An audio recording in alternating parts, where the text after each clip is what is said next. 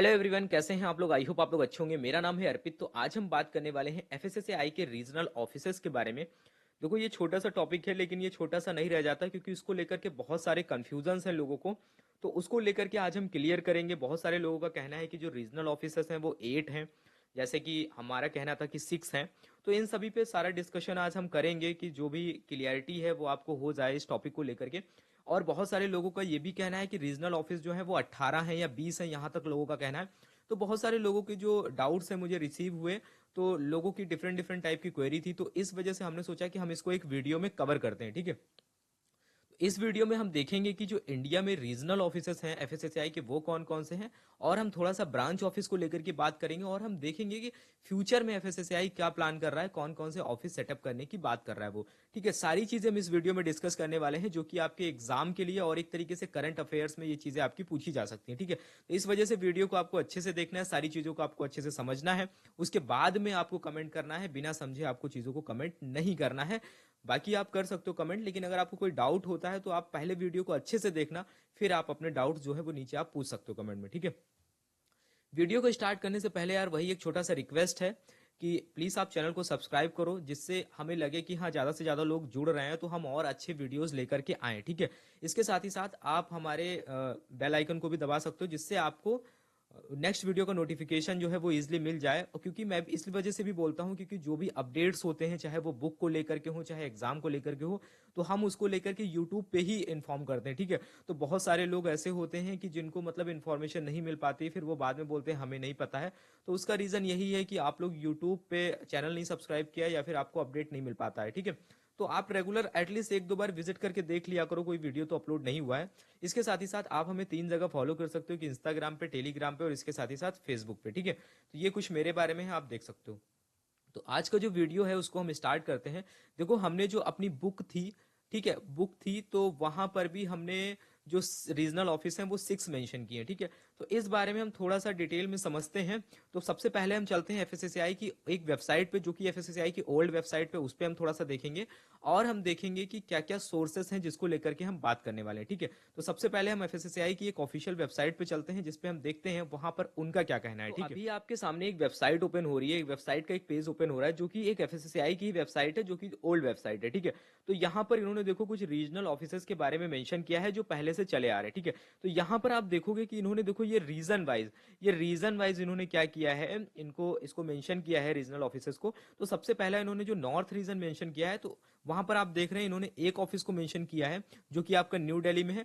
उसके बाद में इन्होंने ईस्टर्न रीजन में एक ऑफिस को मेंशन किया है जो कि आपका कोलकाता में है, ठीक है। उसके बाद में इन्होंने नॉर्थ ईस्ट में एक ऑफिस को मेंशन किया है जो कि आपका गुवाहाटी असम में है। उसके बाद में वेस्ट रीजन में एक ऑफिस को मेंशन किया है जो कि आपका मुंबई में है। उसके बाद में इन्होंने क्या किया है, साउथ में इन्होंने 2 ऑफिस को मेंशन किया है जो कि आपका चेन्नई और एक कोच्चि में, ठीक है। तो यहां पर एक इंपॉर्टेंट इंफॉर्मेशन ये है आपके लिए कि एफएसएसएआई ने क्या किया है। देखो, हम अगर कोई किसी ऑफिशियल सोर्स को अगर फॉलो करते हैं तो एक तो हमारे पास होता है कि हम उस ऑर्गेनाइजेशन की ऑफिशियल वेबसाइट को फॉलो करते हैं।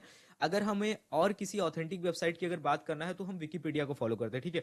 बाकी किसी वेबसाइट पे बिलीव नहीं किया जा सकता है। तो नंबर ऑफ डाउट्स इसी वजह से क्रिएट होते हैं कि हम डिफरेंट डिफरेंट वेबसाइट पे विजिट करते हैं, जबकि उन्हें हो सकता है कि उस पर्टिकुलर एरिया के बारे में नॉलेज ना हो, फिर भी बहुत सारे पोस्ट जो है पड़ी रहती हैं, इस वजह से हम कंफ्यूज होते हैं, ठीक है। तो यहां पर क्या था, 6 रीजनल ऑफिस थे टोटल, जो कि एफएसएसएआई ने खुद ही इनके बारे में बताया था और खुद ही उसने स्टैब्लिश भी किए थे। उसके बाद में यहां पर बात करें तो विकिपीडिया पे भी आपको 6 रीजनल ऑफिस देखने को मिलते हैं, जो कि आपका एक न्यू दिल्ली, कोलकाता, और उसके बाद में गुवाहाटी, और ये आपका मुंबई हो गया, उसके बाद में आपका चेन्नई हो गया और कोचीन हो गया, ठीक है।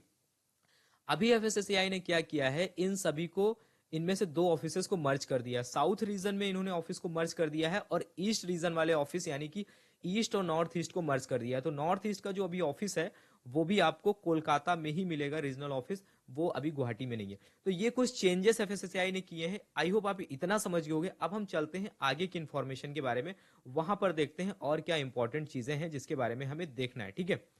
तो चलिए उसके बारे में देखते हैं। तो अभी आपने देखा कि हमने देखा कि जो पहले से जो चले आ रहे हैं वो 6 रीजनल ऑफिस हैं। तो हमने 6 रीजनल ऑफिस के बारे में देखा, वो कौन कौन से ऑफिस हैं जिसके बारे में हमने देखा। अब हम थोड़ा सा बात करते हैं रीजनल ऑफिसर्स को लेकर के कुछ चेंजेस जो हुए हैं उसके बारे में बात करते हैं। तो बहुत सारे लोगों का कहना है 8 है या फिर 18 है, तो 8 भी नहीं है ना ही 18 है, इनको हम डिटेल में थोड़ा सा समझेंगे। देखो, रीजनल ऑफिसर्स की जब हम बात करते हैं तो एफएसएसएआई ने क्या किया था, 2020 की ये बात है, बीच में कोविड हो गया था, इस वजह से ज्यादा चर्चा में नहीं रहा।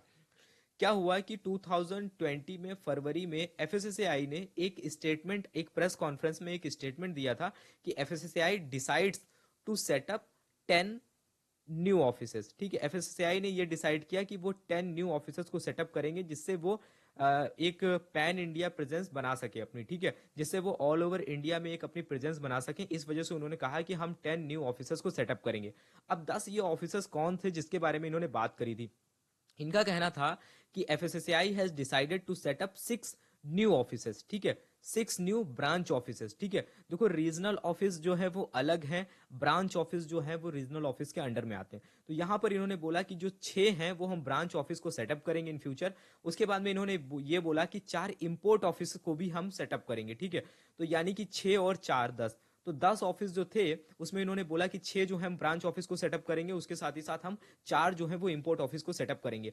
इसके साथ ही साथ एडिशनली इन्होंने ये भी बोला कि 2 न्यू फूड लेबोरेटरी को भी हम इंडिया में सेटअप करेंगे। अब 2 फूड लेबोरेटरी कौन कौन सी हैं? देखो, बहुत सारे लोगों को ये कंफ्यूजन होता है कि बहुत सारे लोग मुझे पूछते हैं कि एफएसएसएआई की अभी कितनी लैब हैं। ठीक है, तो ऐसे तो बहुत सारी लैब्स हैं इंडिया में। इंडिया में बहुत सारी लैब्स ऐसी हैं कि देखेंगे आप हर महीने, दूसरे तीसरे महीने कुछ लैब्स जो होती हैं वो ओपन होती हैं। ठीक है, और कुछ क्या होती हैं, क्लोज होती हैं। ठीक है, तो ये चलता रहता है, हमें उस नंबर्स को याद रखने की जरूरत नहीं है। हमें याद रखना है कि एफएसएसएआई के अंडर में जो नेशनल फूड लेबोरेटरी है उसके बारे में हमें याद रखना है। तो अभी प्रेजेंट टाइम पे अगर हम बात करें तो एफएसएसएआई की जो है 2 फूड लेबोरेटरी है। ठीक है, 2 फूड लेबोरेटरी, एक तो नेशनल फूड लेबोरेटरी की बात करें कोलकाता है और एक है गाजियाबाद। ये 2 फूड लेबोरेटरी के बारे में आपको याद रखना है। एक और जस्ट रिसेंटली अभी अक्टूबर में ही ओपन हुई है, यानी कि सितंबर में ओपन हुई है, सितंबर के एंड में, जो कि मुंबई में है, जिसके बारे में हम थोड़ा सा चीजों को आगे देखेंगे। आई होप जो हम बात कर रहे हैं वो सारी चीजें आपको अभी तक समझ में आ रही होंगी, क्योंकि एफएसएसएआई ने बोला कि हम 10 ऑफिसर्स को सेटअप करेंगे। उसमें उन्होंने बोला कि 6 ब्रांच ऑफिस होंगे, उसमें उन्होंने बोला कि 4 जो है वो न्यू इंपोर्ट ऑफिस होंगे। ठीक है, इसके साथ ही साथ वो 2 एडिशनल 2 फूड लेबोरेटरी को भी सेटअप करेंगे। ठीक है, तो ऑफिस जो रहने वाले हैं 10 रहने वाले हैं। उसके बाद में इन्होंने ये भी बोला कि इसके साथ ही साथ जो एफएसएसएआई है उसके पास में 4 रीजनल ऑफिस होंगे। अभी तक कितने ऑफिस थे? 6 ऑफिस थे। इन्होंने बोला कि हम इतने ज्यादा ब्रांच ऑफिसर्स को जब सेटअप करने का प्लान कर रहे हैं तो हम चाहते हैं कि जो रीजनल ऑफिस हैं उनको हम कम कर दें या फिर मर्जिंग कर देंगे।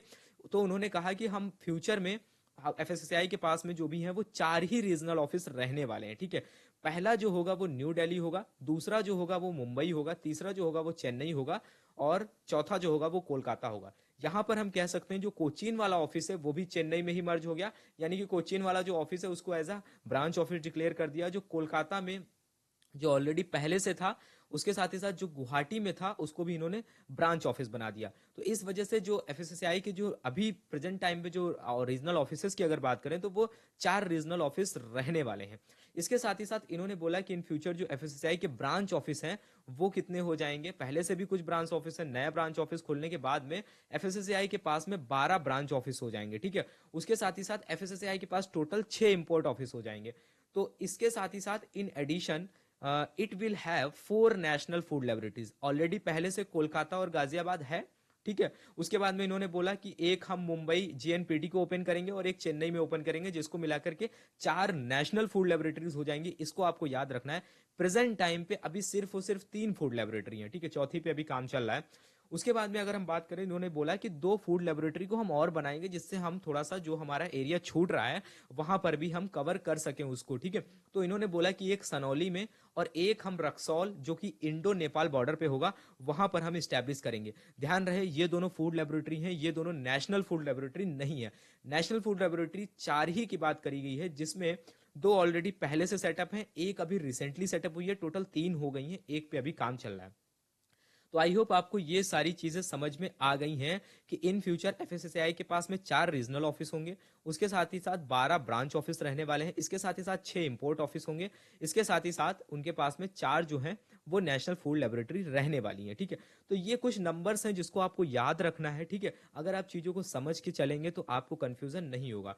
आई होप आपको ये चीजें क्लियर हो गई होंगी जिसके बारे में अभी हमने बात करी। ठीक है, उसके बाद में हम बात करते हैं ब्रांच ऑफिस की। ठीक है, तो ब्रांच ऑफिस में जो हम बात करें तो कौन कौन से, इन्होंने बोला था कि हम 6 न्यू ब्रांच ऑफिस सेटअप करेंगे। अब वो 6 ब्रांच ऑफिस कौन कौन से रहने वाले हैं, देखो ब्रांच ऑफिस जो न्यू ब्रांच ऑफिस रहने वाले हैं, एक तो भोपाल रहने वाला है, एक चंडीगढ़ रहने वाला है, एक अहमदाबाद रहने वाला है, एक बेंगलुरु रहने वाला है, एक विशाखापट्टनम एंड एक हैदराबाद। ये 6 जो हैं ये ब्रांच ऑफिस रहने वाले हैं। ठीक है, जिसपे अभी काम चल भी रहा है, धीरे धीरे वो सेटअप हो जाएंगे। ठीक है, इसके साथ ही साथ यहाँ पर जो है वो 4 इंपोर्ट ऑफिस आपको देखने को मिलेंगे। देखो इंपोर्ट को लेकर के बहुत ज्यादा बर्डन रहता है, ऑफिस बर्डन बहुत ज्यादा रहता है, क्योंकि हम बहुत से फूड मटेरियल हो गया या फिर उसके लिए रॉ मटेरियल हो गया फूड के लिए, हम बहुत मात्रा में उसको इंपोर्ट करते हैं। तो इस वजह से इंपोर्ट ऑफिस की चीज जरूरत भी बहुत ज्यादा थी।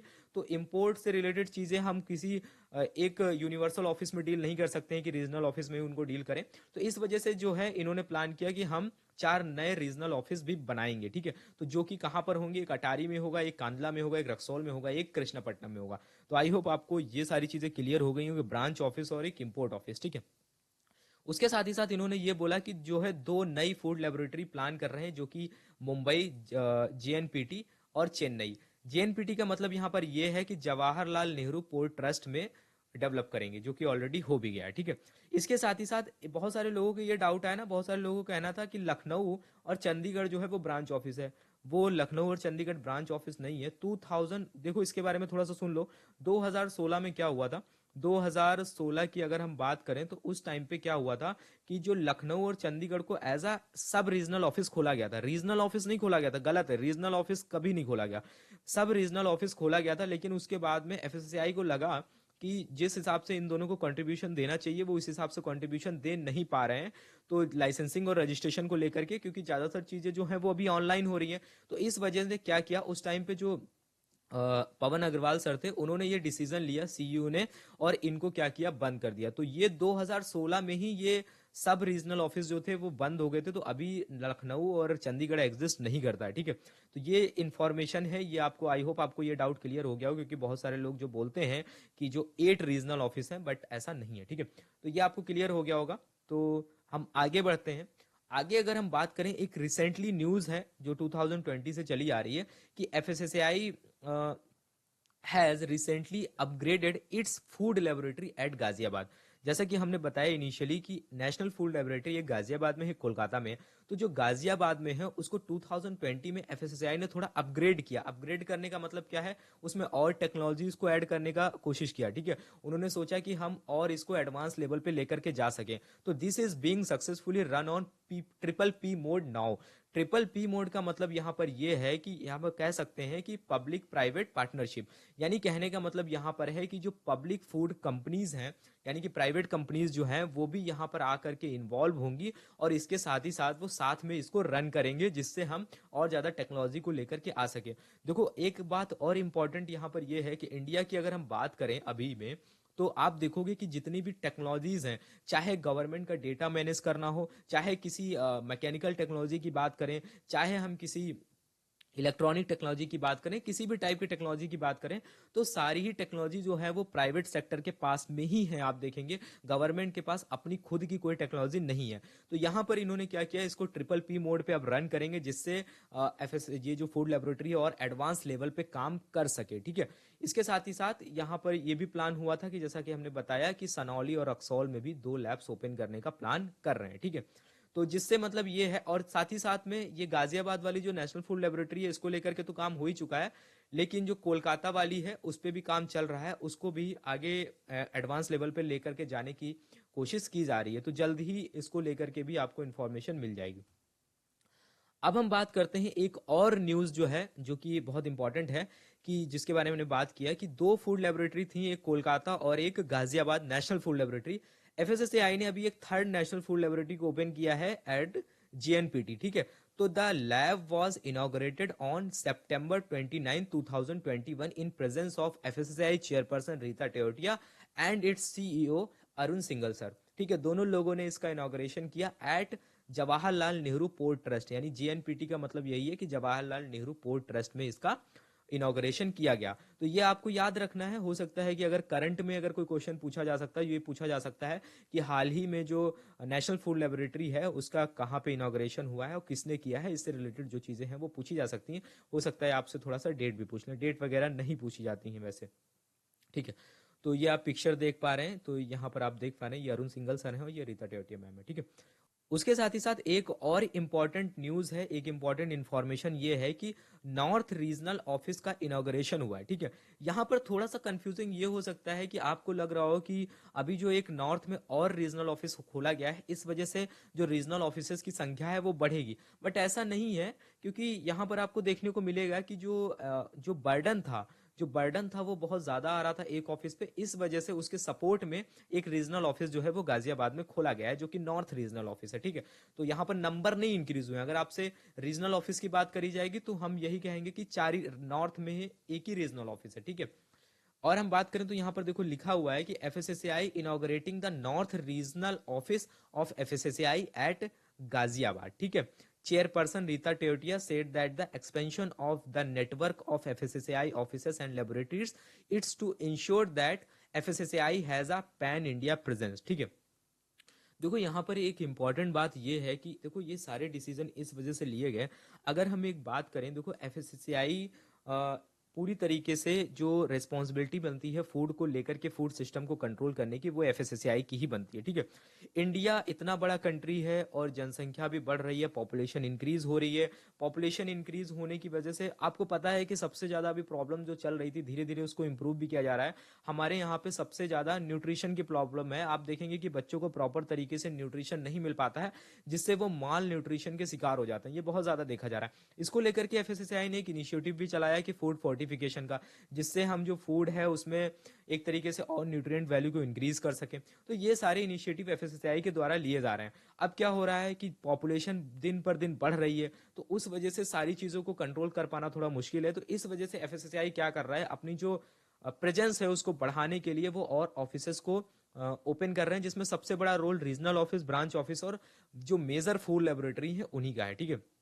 तो इस वजह से इन्होंने ऐसा किया। ठीक है।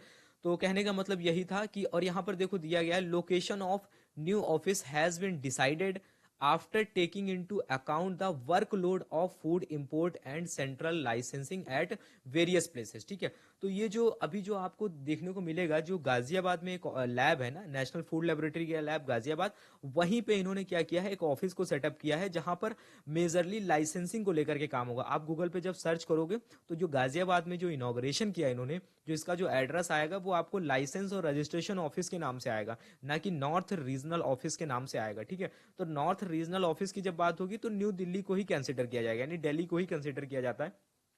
लेकिन थोड़ा सा वर्कलोड को कम करने के लिए एक ऑफिस वहां पर भी सेटअप किया गया। ठीक है।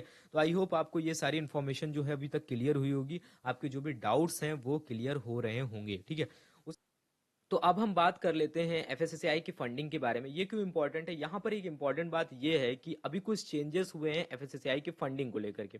तो यहाँ पर देखो सेंट्रल गवर्नमेंट ने बोला है कि the government has generously supported FSSAI in recent year, its funding has been raised 5 time. ये 2020 में बोला गया था कि जो एफएसएसएआई है उसकी फंडिंग को 5 टाइम जो है वो इंक्रीज किया गया है। ठीक है। ऐसा क्यों किया गया, इसके बहुत सारे रीजन ये हैं कि सेंट्रल गवर्नमेंट को भी लगता है कि फूड सिस्टम को एक तरीके से कंट्रोल करना या फिर फूड सिस्टम के इंफ्रास्ट्रक्चर को और ज़्यादा बढ़ाना, जिससे कि मतलब एफएसएसएआई जो है अगर उसको हम ज़्यादा फंडिंग करेंगे तो वो अच्छे से फूड लेबोरेटरीज जो है उनको सेटअप कर पाएंगे।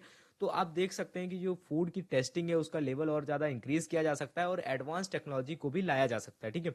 तो इस वजह से इसकी फंडिंग जो है वो इंक्रीज करी जाएगी, कर दी गई है एक तरीके से।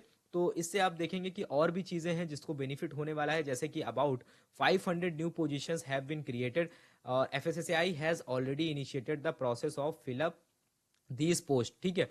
तो यहाँ पर आप देखेंगे कि जैसे कि 2020 में कोविड भी आया था, उसके बाद में 2021 में आप देखेंगे कि अभी रिसेंटली जो वैकेंसी आई है, इसके पहले भी कुछ हायर लेवल की जो पोजीशंस थी उसके लिए भी वैकेंसी निकली थी। ठीक है।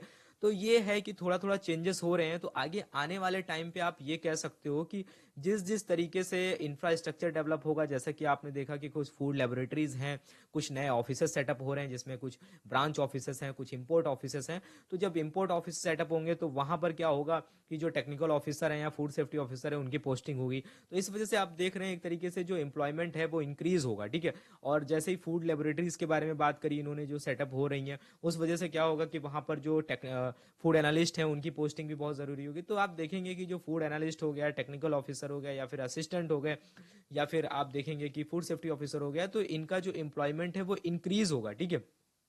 आप आने वाले टाइम में बहुत सारे लोग बोल रहे हैं कि वैकेंसीज नहीं आएंगी। वैकेंसीज नहीं आएंगी तो कैसे काम चलेगा, क्योंकि इतना सारा जो फंडिंग इंक्रीज हुई है उसके बाद में आप देख रहे हैं कि नए ऑफिसेस सेटअप हो रहे हैं, तो उन ऑफिसेस को रन करने के लिए एम्प्लॉयज़ तो चाहिए होंगे ना। तो इस वजह से हम कह सकते हैं कि आगे आने वाले टाइम में जो है अपॉर्चुनिटी है वो इंक्रीज होगी एफएसएसएआई में, ठीक है। तो आई होप आपको ये चीज़ें समझ में आ गई होंगी, ठीक है। उसके बाद में एक सामने आपके सामने एक पिक्चर ओपन होती है, ठीक है, एक फाइनल इमेज आपके सामने ओपन होती है जिसको लेकर के हम बात करने वाले हैं, ठीक है। तो हमने बात करी रीजनल ऑफिसर्स को लेकर के, तो देखो फाइनली आपके सामने 4 रीजनल ऑफिसर्स ही रहने वाले हैं। नॉर्थ में एक दिल्ली ऑफिस रहने वाला है, वेस्टर्न रीजनल ऑफिस की बात करें तो मुंबई में, साउथ रीजनल ऑफिस की बात करें तो चेन्नई में, ईस्टर्न रीजनल ऑफिस की बात करें तो कोलकाता में, ठीक है। तो इस समय आपके सामने जो है वो 4 रीजनल ऑफिस हैं। तो हम कह सकते हैं इस टाइम जो एफएसएसआई के जो रीजनल ऑफिस हैं वो 4 हैं, और यहाँ पर जो साउथ में 2 रीजनल ऑफिस थे उनको एक तरीके से मर्ज कर दिया गया, और जो नॉर्थ ईस्ट में गुवाहाटी था उसको कोलकाता के अंडर में ही कर दिया गया, ठीक है। तो ये कुछ चेंजेस हुए हैं। उसके बाद में यहाँ पर आपको कुछ नंबर्स दिख रहे हैं, जिसमें नंबर 18 जो आपको दिख रहे हैं, ये टोटल आपके branch office plus import office मिला करके ये आपके 18 ऑफिस टोटल हो जाते हैं, ठीक है। यहाँ पर आप देख रहे हैं कि एरिया ऑफ जरिस्डिक्शन दिया गया है, यानी कहने का मतलब है जैसे दिल्ली ब्रांच ऑफिस है उसके अंडर में कौन कौन से जो है स्टेट हैं जो उसके अंडर में आते हैं। और यहाँ पर जैसे कि देखेंगे आप वेस्टर्न में भी देखेंगे क्या मुंबई है उसके अंडर में गोवा, महाराष्ट्र और ये दादरा नागर हवेली। तो आप देख सकते हैं कि जो उसके नियर बाई जो भी एरिया आता है उस सारे एरियाज को यहाँ पर कवर किया गया है, ठीक है। उसके बाद में ऐसे ही आप ईस्ट में देखेंगे कोलकाता, तो कोलकाता में जो कोलकाता के आसपास का जो ईस्ट वाला रीजन है वो सब तो कवर होता ही होता है। इसके साथ ही साथ आप देखेंगे कि जो नॉर्थ ईस्ट वाला रीजन है, यानी अरुणाचल प्रदेश और असम, मणिपुर, वो सारा भी इसके अंडर में आ जाएगा। और उस उधर जो ब्रांच ऑफिस बनाया गया है वो गुवाहाटी बनाया गया है, तो गुवाहाटी इन सब चीज़ों को कंट्रोल करेगा, ठीक है। तो आई होप आपको ये सारी चीज़ें जो हैं वो समझ में आ गई। रीजनल ऑफिस जो रहने वाले हैं वो 4 रहने वाले हैं, तो उसके साथ ही साथ जो 18 हैं वो ब्रांच ऑफिस और प्लस इंपोर्ट ऑफिस मिला करके हैं। तो आई होप आपको ये सारी चीज़ें जो हैं वो क्लियर हो गई होंगी, अभी आपके सामने कोई भी डाउट नहीं होगा।